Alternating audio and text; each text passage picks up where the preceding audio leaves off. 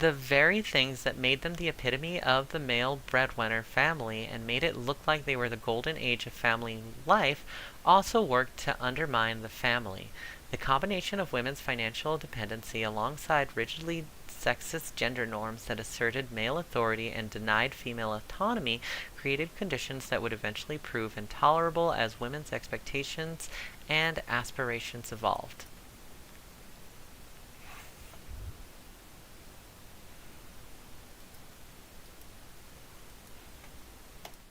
So, what we're seeing here is that yes, things ostensibly got better for women and black people after the 1970s, but that came at the expense of completely derailing the train of worker wins in the 1970s.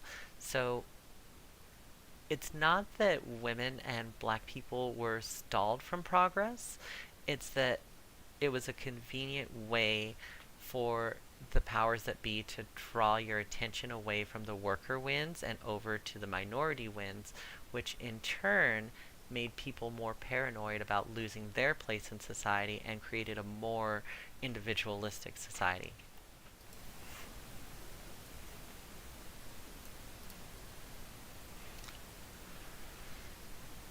As historian Stephanie Kuntz observed, the 1950s were built to self destruct. The very things that made them the epitome of male. Oh, I already read that. Let's see. Central to Barry Friedman's argument in her groundbreaking The Feminine Mystique research throughout the 50s and published in 1963 was the contention that women, like men, should be able to devote their lives to a human purpose outside of their own homes. The social movement of subsequent decades were extensions of the general communal chaos of the 1950s, even as they vociferously objected to specific social features of that era. Women's rejections of gender role orthodoxy need not have coincided with the dismantling of high wages, strong union power, and robust community jobs. A more equitable society might have emerged if economic security remained intact while gender relations were transformed, where incomes remained high enough that both women and men could work reduced hours outside the home while sharing domestic and child care responsibilities more equitably. This progressive evolution never materialized because at precisely the second wave feminism was challenging traditional gender roles, the American political economy was undergoing its faithful regime change to neoliberalism. That's right. Neoliberalism is the cause of the problem again. It's really crazy to think about because it is a situation where it's like worker goals were actually getting advanced. But then, because of the ways that the U.S. government and business were able to manipulate the economy, they made it to where, at the same time that feminism was rising, economic insecurity was rising, so they could scapegoat women who were benefiting from feminism and change the entire view of the American people to make us more individualistic once again. So who frayed the social fabric? Beginning in the 1970s, the new economic paradigm systematically dismantled the material foundations of mid-century American life, eroding the economic security and social trust that characterized the era. This transformation coincided with the full expression of social changes that had been brewing in the post-war decades, like the downfall of Jim Crow and women's entry into the formal workforce.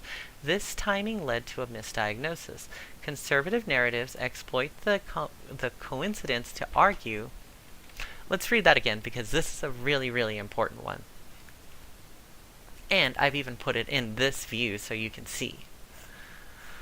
The timing led to a misdiagnosis. Conservative narratives exploit this coincidence to argue that social change itself caused economic prosperity. Sorry. The timing led. Let's just read this whole thing again. I'm just going to fix this view and we'll start over because I think that was confusing for everyone watching. Beginning in the 1970s, this new economic paradigm systematically dismantled the material foundations of mid-century American life, eroding the economic security and social trust that characterized the era. This transformation coincided with the full expression of social changes that had been brewing in the post-war decades, like the downfall of Jim Crow and women's entry into the formal workforce. This timing led to a misdiagnosis. Conservative narratives exploit this coincidence to argue that social change caused economic precarity. To the right, the supposed flaws of the 1950s were actually the essential features responsible for the period's social cohesion, and we've gone astray because we've sought to socially engineer equality. Letting natural hierarchies play out would be far better. What liberals consider backwards, like traditional gender roles, actually provided the necessary framework of order and purpose that prevented social chaos, the right argues. The conservative solution follows naturally to make America great again, roll back the social changes that supposedly threw off the natural balance and led to social decline. In reality, the connection is far more contingent. The Democratic Party, a party whose coalition included conservative elements like segments of capital, but also the party that was architects of the Great New Deal and the Great Society, reforms and champions of unions and blue-collar workers in the 20th century, abandoned its economic program, leaving the U.S. political scene without an organized opposition to neoliberalism.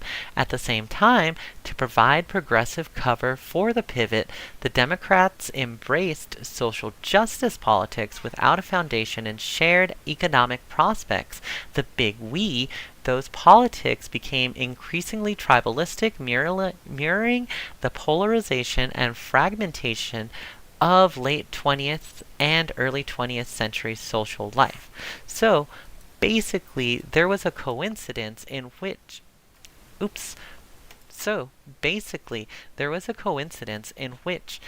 social change happened, but then economic precarity also happened. So conservatives used that as just a chance to use that as an excuse to say that this social change was bad and caused this problem.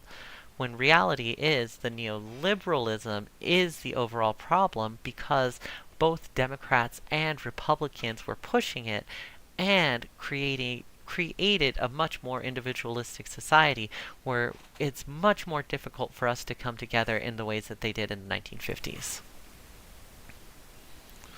The story liberals told about this pivot was that the 1960s and 70s were a wholesale repudiation of the backwards 1950s. This narrative is a gift to conservatives, creating the appearance of a trade-off between economic prosperity and social egalitarianism. Because liberals have lost any inclination to frame politics in class terms, they have no compelling counter-argument to the right's seductive account of lost American greatness. All they can do is act scandalized by mid-century nostalgia and outright deny social decline. This feels like gaslighting to people who intuitively understand that something of value has disappeared from American life. Tens of millions of Americans feel that life once boasted features strongly associated with human happiness and flourishing, but has since lost them. It's incumbent on any political group to take the sense of loss seriously and offer a convincing explanation, one that distinguishes between causes and effects so that we can envision a future that integrates the best of the past without backpedaling on crucial social progress. Liberals' refusal to openly acknowledge and explain why key aspects of life felt better 70 years ago delivers people into the embrace of social reactionaries who have an explanation at the ready. The story we need to tell cuts against both liberal and conservative myths. American social fabric has indeed frayed, and neoliberalism is to blame, as it has demolished the material foundation for a social solidarity. This economic assault robbed the average American of trust, community, security, and a sense of common endeavor. If we don't popularize this narrative, people will continue to think that the solution to recovering what we've lost is resurrecting what ought to stay buried. I highly encourage you to check out this article. It's important. Like, the right has really captured this narrative and made people think that social progress and being accepting of people is what has caused economic downturns, when neoliberalism is clearly responsible, especially when you think about the ways in which worker rights have diminished, the ways that union power has diminished. So, what I want to say before I end this stream tonight, because I don't want to cover anything else, I just want to leave you guys with the impression of how important it is for us to have social cohesion and to actually come together in solidarity, not to come together in saying that minorities don't deserve rights. We need to come together in solidarity so that way we can organize for a common goal and organize for a common need of better material conditions for me, for you, for your neighbor, for your family, for your friends. It's about us coming together and having that society. What we need to be noided about is these people who want to push this narrative that us caring about each other and caring for human beings is bad. That's who we should be noided about. That's who we should be afraid of. Because that's psychopathic behavior. Humans were meant to be with each other. I read a book a long time ago called Tribe by Robert Younger, and one of the things that it talks about a lot is how as a species we need each other in order to feel happiness, in order to feel fulfillment. And the only way we're going to do that is if we come together for the common goal of making the world a better place, and by doing things like creating these union halls again, like creating churches that actually accept people, by letting people live. So, stay vigilant out there. Don't get too noided, but definitely know that this solidarity is what the oligarchs don't want you to have. Have a great night, everybody. And again, don't get too noided.